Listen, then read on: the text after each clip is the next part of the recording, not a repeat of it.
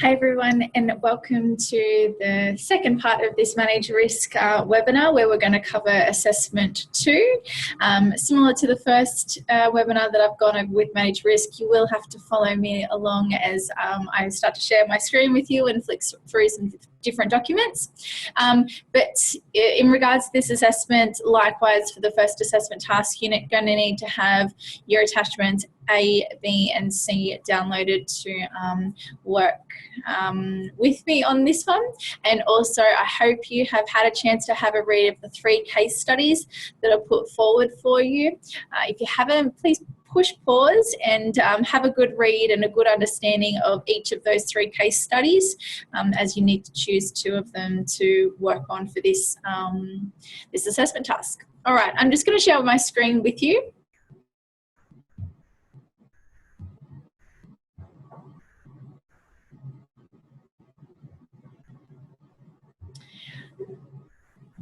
And similar format to Assessment Task 1. So welcome to Assessment Task 2. Today's purpose, similar to Assessment Task 1, we're going to go through the questions for Assessment Task 2 on Manage Risk and ensure that you have a really good understanding as to how to complete the attachments and answer the questions and submit this assessment successfully. Session's going to run. I'm going to go through the assessment task document with you with the questions, and then I'm going to bring up the attachments that you need to complete in order to submit this assessment task. So how can you get the best out of this webinar? Please make sure that you have read those 3 case studies, okay? Have a really good understanding of them and know which case study you want to use to complete these questions and risk attachments on. So there's 3 to choose from, you just need to choose 2. So after the webinar, go ahead, complete your assessment task 2 and upload it, and one of us mentors will get to it and mark that off for you. Okay. I'm just going to download the assessment task from your LMS where you would find it.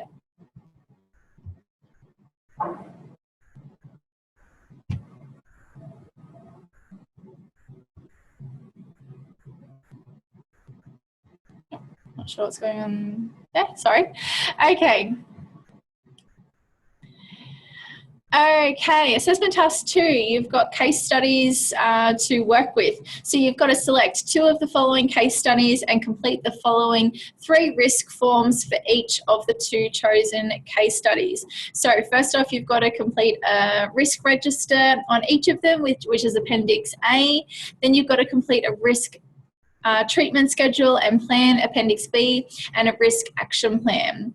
Okay, the beauty about this assessment is if you've already completed assessment task 1 and had that marked off satisfactory, then that tells you that you have a really good understanding as to how to complete Appendix A, B, and C. Okay, because they're the exact same that you've already dealt with in assessment task 1. It's just different scenarios that you're working with. Okay. So you've got 3 case studies to choose from. First one is the big department stores decline in popularity. Okay, so you're looking at, I guess, the decline in stores, sales and popularity that the big shops are faced with at the moment, such as Target, Big W, Myer, etc., and talking about how the CEO feels that they can position themselves moving forward to start to have that profit increase in percentage and sales target again, rather than the decline that they're currently faced with. That's case study 1. Then case study 2 is CJ Plumbing Supplies, which is a small local plumbing supply store, and they're faced with some staffing issues and some lacking customers and drop in sales targets as well. Then you've got your final case study, which is Tony's Travel Stores. So this is a small travel and tour operating store, and they've had some construction work going on near their store, which has inhibited their sales, and they've also got some issues relating to their staffing at the moment as well. Alrighty, so let's move back up to what we need to complete and download, which is Appendix A for 2 case studies, Appendix B for 2 case studies, and Appendix C for 2 case studies. Okay, I'm going to use the example of the CJ Plumbing store throughout the course of this webinar and when I'm explaining each of the questions. So feel free to move forward with that case study and then choose your own, or if you want to go with the other 2 case studies, that's completely fine. But I'm just using it as an example. Alrighty, so we've got to download our assessment tasks. Sorry, our appendixes. So let's start with Appendix A. Okay, so like I said, it's the exact same as the one that you've seen already in Assessment Task 1. So completing the top, you'll put CJ Plumbing if that's what you're using, compiled by yourself, and today's date. So the risks. So what can happen and how. So you have to look at the business and the case scenario that you've been put forward and have a look at what kind of risks are involved to that business and how are they potentially happening. Okay, so a couple of risks that you could talk about is the fact that they have or they might have lack of customers soon due to the poor services that the customers are receiving. Okay, so that's one risk. And talking about the how for that risk, so the staff members haven't been put through thorough training in order for them to deliver service of a high standard to retain those customers. Okay, another risk could be in regards to the local area, that not as many new houses are being developed at the moment, therefore they could have a potential drop in sales by not selling to those wholesalers, you know, for the construction of new homes and buildings. And another risk could be associated with the fact that they could start to see a loss in staff members. Okay, staff members are quite happy at the moment. They feel that they're not being treated fairly, so that could be another risk that you could look into. So there's 3 risks for you to work off there. I would encourage you to try and think of a couple of more risks if you're going to move forward with the CJ Plumbing. Then we've got to look at the consequences for each of them. Okay, so, you know, consequences could be associated with loss of income to the business, it could be associated with customers not returning to the store, the staff members might decide to leave and move elsewhere, so they've got the potential of, you know, possibly even shutting down as the major catastrophic risk. Okay, so there's a few risk consequences for you to move forward with. Now, what is the likelihood of this happening? Considering there's no current training put involved for staff members to improve their service that they provide to customers, the likelihood of this happening is pretty likely if nothing gets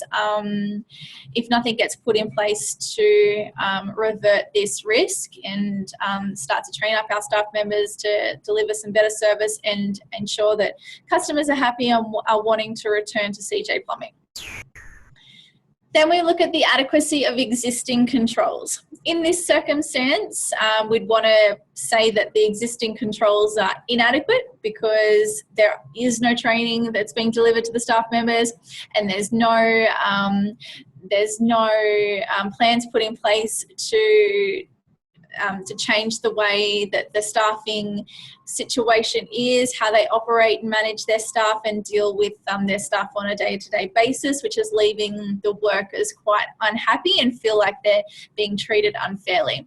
So with the adequacy of controls, you do have the option of putting either the existing control is adequate or it's inadequate. I would encourage you to put that it's inadequate so you can move forward and look to improve the circumstance. The consequence rating this is where we're going to state if it's either insignificant, minor, moderate, major, or catastrophic. Okay, so you've got 5 choices there of to put into the consequent rating. Then the likelihood rating is how likely is this going to happen? Is it almost certain? Is it likely? Is it possible? Is it unlikely? Or is it rare? Okay, so they're your choices there for the likelihood rating. Then your risk rating is going back to that hierarchy process that we looked at in assessment task 2. And I can bring that up for you right now. This 4-stage hierarchical process.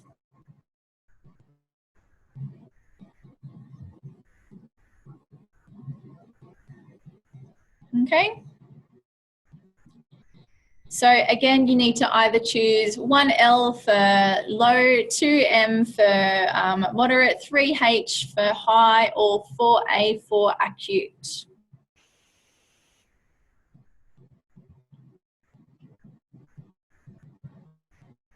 Okay.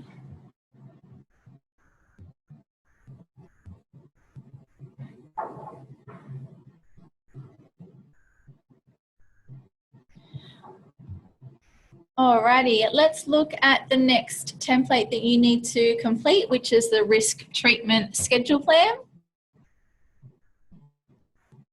Appendix B.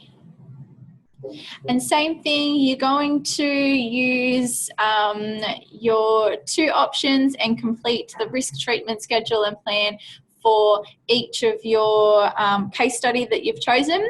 And you're taking all of the risks that you've identified and putting them in priority order from the most catastrophic to the most minor of your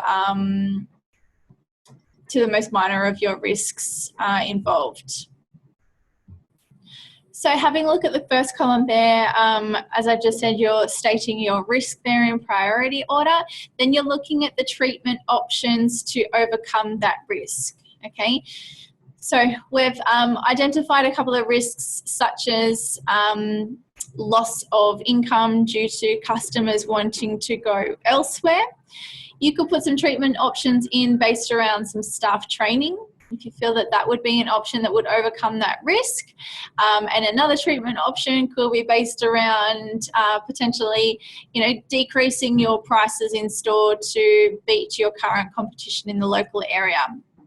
Okay, moving forward, you would want to choose your preferred option there. Okay, your preferred option would want to be the staff training to make sure staff are being able to sell your product and you're not undermining the product that you sell by reducing the price, and you still want to make some income for the store. So if you improve your staff training product knowledge, then they're going to be able to hopefully retain the customers and build some trusting relationships as well. So the risk rating after treatment. Okay, so once you've input staff training as a treatment, for instance, with this example, what would be the risk then moving forward? Okay, so has the risk decreased? So is it 1L, 2M, 3H, or 4A moving forward now that you've put the treatment in place? Now, cost benefit and analysis result, you need to either accept or reject this, okay? So are you accepting or rejecting it based off the explanation that you've put in for your preferred treatment option and how it's going to work, okay? As a business, does it make sense for you to invest in some money and put your staff members through some training to improve your sales and retain some customers? If you feel that that does make sense, you would accept this. Okay. Then you're going to look at the person responsible for the implementation. Is it the manager that's responsible for implementing this? Is it the customer service representative? Is it, do they have a training manager that they could ensure that this is made responsible? It would be up to you. Then your timetable for implementation. When do you feel that this needs to be implemented by CJ Plumbing? Okay, should it be something that's implemented in ASAP? Do you want to work on this for the next 2 to 3 weeks and then implement it on a staff training night, then it would be up to you. Once again, you looking at your risk and you deeming what would be applicable.